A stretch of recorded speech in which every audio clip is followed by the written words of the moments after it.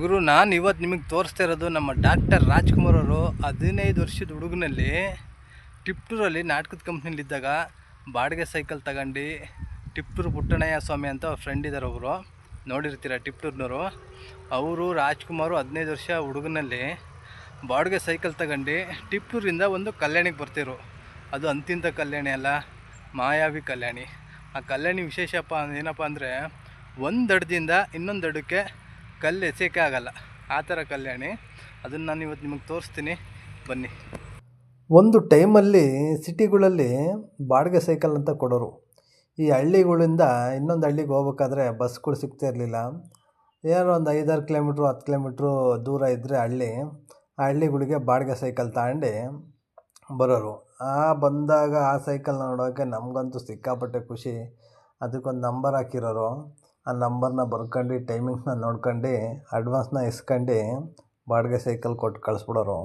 ಆ ಸೈಕಲಲ್ಲಿ ಬಂದಿದ್ದ ಅಳಿಯನ ಮೋಸ್ಟ್ಲಿ ಅಳಿಯಂದಿರೇ ಜಾಸ್ತಿ ಬರ್ತಿದ್ದು ಅತ್ತೆ ಮನೆಗೆ ಎಂತಿನ ನೋಡೋಕ್ಕೆ. ಅವರೇ ಸೈಕಲ್ಗಳ್ನ ತಗೊಂಡು ಬರ್ತಾಯಿದ್ರು, ಬಾಡಿಗೆ ಸೈಕಲ್ನ.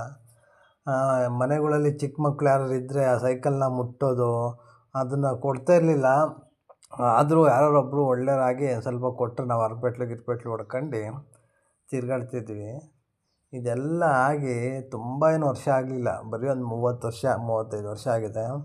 ಈ 30 ವರ್ಷದಲ್ಲಿ ಎಷ್ಟು ಬದಲಾಗಿದೆ ಅಂದರೆ, ಈಗಂತೂ ಮನೆಗೂ 2-3 ಗಾಡಿ. ಅಪ್ಪನಿಗೊಂದು ಗಾಡಿ, ಅಮ್ಮನಿಗೊಂದು ಗಾಡಿ, ಅಕ್ಕನಿಗೊಂದು ಗಾಡಿ, ತಂಗಿಗೊಂದು ಗಾಡಿ, ತಮ್ಮನಿಗೊಂದು ಗಾಡಿ, ಅಣ್ಣಂಗೊಂದು ಗಾಡಿ.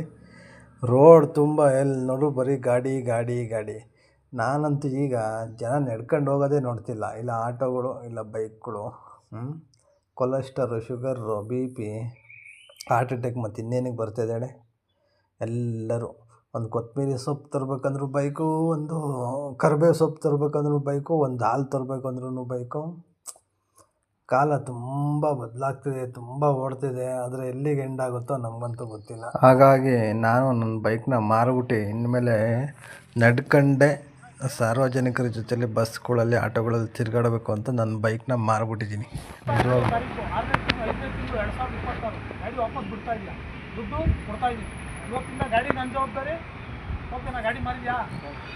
ಇದೇ ನೋಡಿ ಆ ಕಲ್ಯಾಣಿ, ಬನ್ನಿ ಗುರು. ಡಾಕ್ಟರ್ ರಾಜ್ಕುಮಾರ್ ಅವರು 15 ವರ್ಷದ ಹುಡುಗ ಇದ್ದಾಗ ನೋಡಿ ಈ ಕಲ್ಯಾಣಿ ಹತ್ರ ಬಂದು, ಅವರು ಟಿಪ್ಟೂರು ಪುಟ್ಟಣಯ್ಯ ಸ್ವಾಮಿ ಅಂತ ಇನ್ನೊಬ್ರು ಇದ್ದಾರೆ, ಅವ್ರ ಫ್ರೆಂಡು.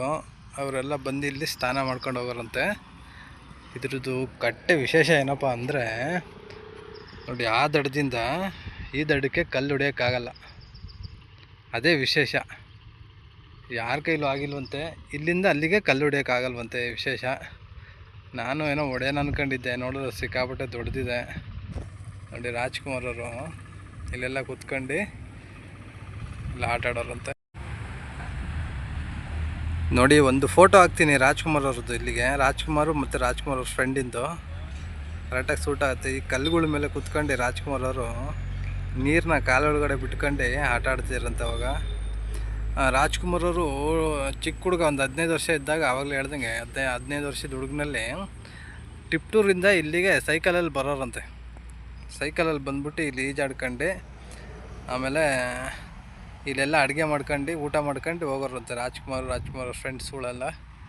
ನೋಡಿ ಹೆಂಗಿದೆ ಕಲ್ಯಾಣಿ, ತುಂಬ ಸೂಪರಾಗಿದೆ. ಇದೀರ ನೋಡಿ, ಆ ದಡದಿಂದ ಈ ದಡಕ್ಕೆ ಕಲ್ಲು ಎಸೆಯೋಕ್ಕಾಗಲ್ವಂತೆ. ಈ ಕಲ್ಯಾಣಿ ವಿಶೇಷ ಅಂದರೆ ಏನಪ್ಪ ಅಂದರೆ ಅದೇ ವಿಶೇಷ. ಈ ಕಡೆಯಿಂದನಾಗಲಿ, ಈ ಕಡೆಯಿಂದ ಆಮೇಲೆ ಈ ಕಡೆ ಕಲ್ಲು ಎಸೆಯೋಕ್ಕಾಗಲ್ವಂತೆ, ಯಾರ ಕೈಲೂ ಆಗಲ್ವಂತೆ ಅಂತ ಇದರದೊಂದು ಮಾಹಿತಿ ಈ ಕಲ್ಯಾಣಿದು. ಇಂಥ ಕಲ್ಯಾಣಿಯಲ್ಲಿ ಡಾಕ್ಟರ್ ರಾಜ್ಕುಮಾರ್ ಅವರು ಚಿಕ್ಕ ಹುಡುಗನಲ್ಲಿ ಒಂದು 15 ವರ್ಷದಲ್ಲಿ ಈಜಾಡ್ಕೊಂಡೆ ಆರಾಮಾಗಿ ಹೋಗ್ತಿದ್ದಾರಂತೆ. ಈ ಕಲ್ಯಾಣಿ ಇರೋದು ನಮ್ಮ ಟಿಪ್ಟೂರ್ ಹತ್ರ ಮಡೆನೂರು ಅಂತ, ಅಯ್ಯನ ಬಾವಿ ಅಂತಾರೆ ಈ ಬಾವಿಗೆ. ಅಯ್ಯನ ಬಾವಿಯೇ ಈ ಬಾವಿ. ನೋಡಿ ಡಾಕ್ಟರ್ ರಾಜ್ಕುಮಾರ್ ಅವರು ಒಂದು 15-16 ವರ್ಷದಲ್ಲಿ ಹುಡುಗ ಇದ್ದಾಗ ನೋಡಿ ಇಲ್ಲೆಲ್ಲ ಪಾತ್ರೆಗಳು ತಂದು ಇಲ್ಲೆಲ್ಲ ಅಡುಗೆ ಮಾಡ್ಕೊಂಡು ಊಟ ಮಾಡ್ಕೊಂಡು ಹೋಗ್ತಿದ್ರಂತೆ. ಈ ಬಾವಿ ವಿಶೇಷ ಏನಪ್ಪ ಅಂದರೆ, ಈ ದಡದಿಂದ ಆ ದಡಕ್ಕೆ ಕಲ್ಲು ಹೊಡೆಯೋಕ್ಕಾಗಲ್ಲ, ಆ ದಡದಿಂದ ಈ ದಡಕ್ಕೆ ಒಂದು ಕಲ್ಲು ಹೊಡೆಯೋಕ್ಕಾಗಲ್ಲ ಅಂತ ಒಂದು ಇದಿದೆ. ನೋಡೋಣ, ಟ್ರೈ ಮಾಡೋಣ. ಈ ಕಲ್ಲನ್ನ ಅಲ್ಲಿ ಹೊಡೆದು ತೋರಿಸೋಣ. ಕೆಲವು ನಂಬಿಕೆಗಳ್ನ ಕೆದಕಕ್ಕೆ ಹೋಗ್ಬಾರ್ದು. ಹಿರಿಯರು ಕೆಲವು ವಿಚಾರಗಳನ್ನ ನಮ್ಮ ಒಳ್ಳೆಯದಕ್ಕೆ ಮಾಡಿರ್ತಾರೆ. ಅದು ನಾವು ಪದೇ ಪದೇ ಪದೇ ಕ್ವಶನ್ ಮಾಡಬಾರ್ದು.